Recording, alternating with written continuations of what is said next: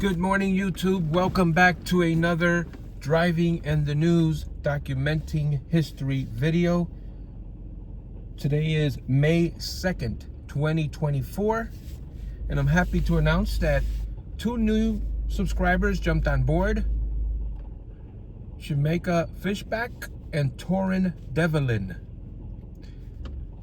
subscribed just recently.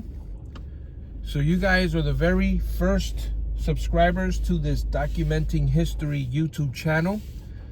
The goal of this channel is to document history. So every day I drive to work from Paterson, New Jersey to Garfield, New Jersey. And when I do that, I listen to the news. And the purpose is to have something documented on a daily basis so that generations from now, they can look, if YouTube is still around, people can go back and look at what was happening in the news on any given day. So that's the purpose of this video. It's not a monetized video. It's not a channel that I anticipate is going to generate any revenue or even have that many subscribers to begin with, because anybody can get the news online at any time that they want. I just like the idea of someone in 2050 to be able to go back to a random day back in 2024 and kind of get a feel for what was going on that day by listening to the news and seeing some YouTuber driving to work from 30 years ago. So I think that's interesting. Want to welcome the new subscribers. Whether or not you guys stay for the long haul, it's unknown, but believe me, I do appreciate the fact that you have subscribed and that you want to be a historian. So anyone that subscribes to this channel will automatically become a historian. So I want to welcome the 2 new historians, Torin and Jamaica. Now, I know those may not be your actual real names, and that's okay. It could be your YouTube channel names. But enough of my blabbing. On this 2nd of May, let's get you started with the day's news. Every now and then, but that's it. 54 degrees, drizzling across parts of the area. We're heading up to a sunny, gorgeous 85 degrees. Now this message: Riverside Memorial Chapel, for generations, a symbol of Jewish tradition and uncompromising. While listening to the radio, obviously there's going to be commercials. And I feel that that's going to be part of the history, right? To go back and listen to what type of commercials are around. There's a car behind me going really fast, so I'm going to kind of stop here and let them go first. So yeah, I actually do enjoy going back and watching or listening to vintage commercials from 30-40 years ago. See store on IKEA-USA.com for complete terms. Restrictions apply. Good morning, it's Susan Richard with this message. Did you live, work, or go to school below Canal Street either on 9/11 or in the 8 months that followed? I'm asking because 500,000 people did, but still the vast majority don't know that you could qualify for free lifetime health care from the World Trade Center Health Program, as well as money from the 9/11 Victim Compensation Fund. You see, most mistakenly think that these programs are only for cops and firefighters, and that's just not true. Also, many feel guilty, like they're taking money away from somebody else. Also, we're here on the intersection of Market Street and 20th Ave in Paterson, New Jersey, if you're curious or if you're not from this area. Exactly how this process works, including the documentation you're going to need to prove that you were downtown in the zone. Also, by the way, they have had some of their own staffers get 9/11 related illnesses. And I will listen to the comments. I will read the comments. So if you feel like commenting, saying hello, feel free. You're more than welcomed. Some time. Baseball isn't boring. Now I have a daily podcast to prove it with some of the most notable people in the baseball world, screaming baseball isn't boring from the mountaintops, or at least agreeing to come on our show. Players, managers, GMs, and yes, even the commissioner of baseball, Rob Manfred. It has been a constant wave of baseball's most powerful voices. So join the revolution. Subscribe and soak in Baseball Isn't Boring. Listen on your Odyssey app or wherever you get your podcasts. You'll be glad you did. 1010 wins at 92.3 FM, moving at the speed of New Yorkers. All news, all the time. This is is 1010 Wins at 92.3 FM. You give us 22 minutes, we'll give you the world. Good morning. 54 degrees. It is 7:20 on this Thursday, May 2nd. I'm Susan Richard. Here's what's happening. At Fordham University, to the list of local schools where the NYPD was called in to disperse protesters. Columbia students, meantime, vowing to keep up their fights. Our Glenn Schuck with the latest. 7 people hurt in a fire that rose to 8 alarms in Bushwick. Looks like the Harvey Weinstein trial, take 2, could happen this fall. Another contempt of court hearing today for Donald Trump. And it was nearly... I have had it with these monkey-fighting snakes on this Monday to Friday plane. At Miami International Airport. We'll tell you what happened. In sports, Knicks look to close out the Sixers in Game 6 tonight in Philly. Yanks won, Mets lost. AccuWeather, sunny today, the high 85. Wins News Time 7:21. Let's get traffic and transit from Karen Stewart. We've got a misplaced U-Haul truck on the northbound FDR Drive approaching 60th Street. This guy is blocking the right-hand lane. I'm looking at it live here on the 1010 Wins Jam Cam. There are delays into the area. They don't go back too far, however. Over the Hudson Rivers, we check what you need to know about the bridges and tunnels. 45 in George from both the upper and lower levels. The accident on the lower is gone.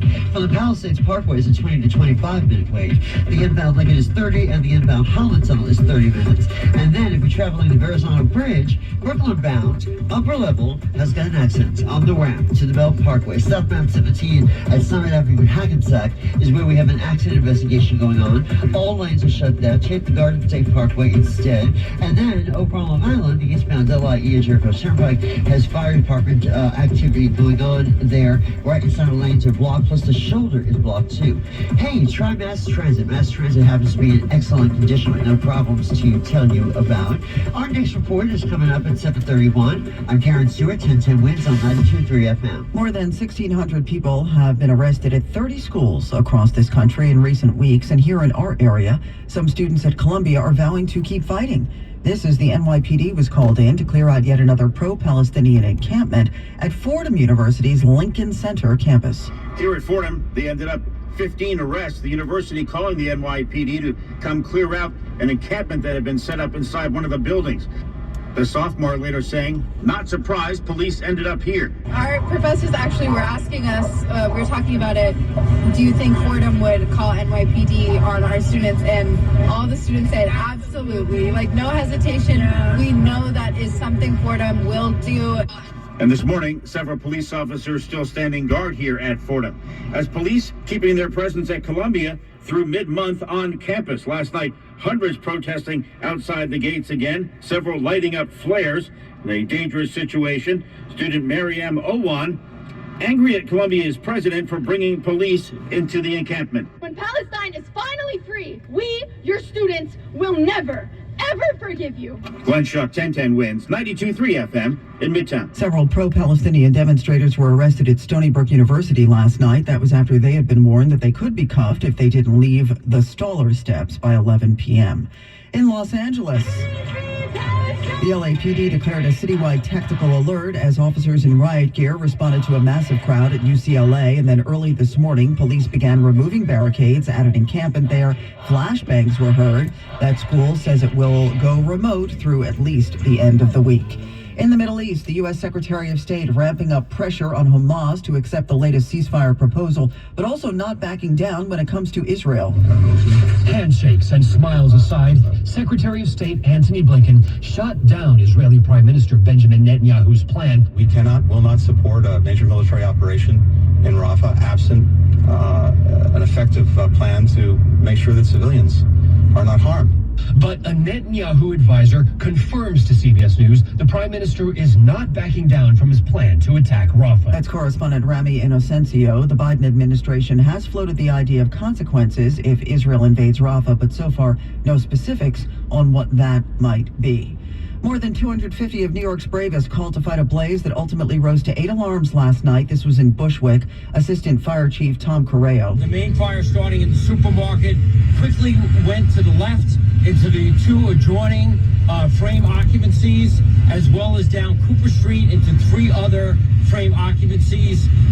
It quickly spread, second, third, fourth alarm. 7 people were hurt. So far, no word on the cause. The Red Cross says it's assisting 55 people and 3 pets who lived in the surrounding buildings. In Old Bridge, a fatal fire following an explosion at the Superior Signal Company on Greystone Road. A 73-year-old woman was killed, 4 others injured. The Jonas Salk Middle School, which is nearby, was told to shelter in place. That was until the situation was brought under control. As for that blast, police say foul play was not suspected, but the cause is still not clear. The NYPD with another crime spree to investigate, this time 13 robberies in Manhattan and the Bronx in the past 2 weeks. It all started with a deli in Hamilton Heights. There were also robberies at a bodega in Chelsea and at a Popeyes in Fordham Heights. In some of these crimes, the thieves were armed. No injuries. Cops are looking for 6 guys. You can see their photos at 1010wins.com. 54 degrees and drizzling now. The humidity 86%. The winds are basically calm. Later today, it's going to be gorgeous. AccuWeather says sunny, breezy, and very warm. We could hit 85 degrees. Now Bloomberg Money Watch on 1010 Wins with Steve Potusk. Job cuts are coming to Peloton, Susan, including in the executive suite. Not only is the struggling exercise equipment company planning to part ways with 15% of its remaining global workforce, or about 400 people, but Chief Executive Barry McCarthy is also stepping down. Under McCarthy, Peloton has struck deals with a host of companies, including Hyatt Hotels, Lululemon Athletica, Amazon, and Dick's Sporting Goods, in an attempt to revive growth. Now, Carvana is back on the road to profits. The online used car retailer grew its vehicle sales for the first time in 6 quarters as the company digs into its restructuring plan and regains sales momentum. Vehicle sales rose 16% in the latest quarter, and Carvana shares are racing ahead pre-market. Rest of Wall Street, well, S&P futures are positive 35 points. NASDAQ up 160, Dow ahead 169. Bloomberg Money Watch at 26 and 56 past every hour. I'm Steve Potusk for 1010 Wins at 92.3 FM. At Uline, they know firsthand the road to success is an uphill climb. Uline started in the family basement, and through hard work is now North America's most trusted shipping and industrial supplier. They get what it means to have the support of reliable, hard-working partners. So they keep 41,000 items ready to ship. Whether your company is still in a basement office or expanding cross-country, Uline will be there on your road to success. Visit uline.com. Hi, I'm Rachel, and I have a serious heart condition called hypertrophic cardiomyopathy, or HCM. Some symptoms include being short of breath, feeling tired, or having dizziness or chest pain. I still had symptoms on my beta blocker, so I asked my cardiologist about any treatment advances. It was a breakthrough for me. That's why I'm working. All right, guys, thank you so much for watching and listening to this episode of Driving in the News, Documenting History. Remember what our mission is. For those of you that are subscribed, you historians of the channel, our mission is to document history for future generations. Thanks again, and we'll see you on the next video.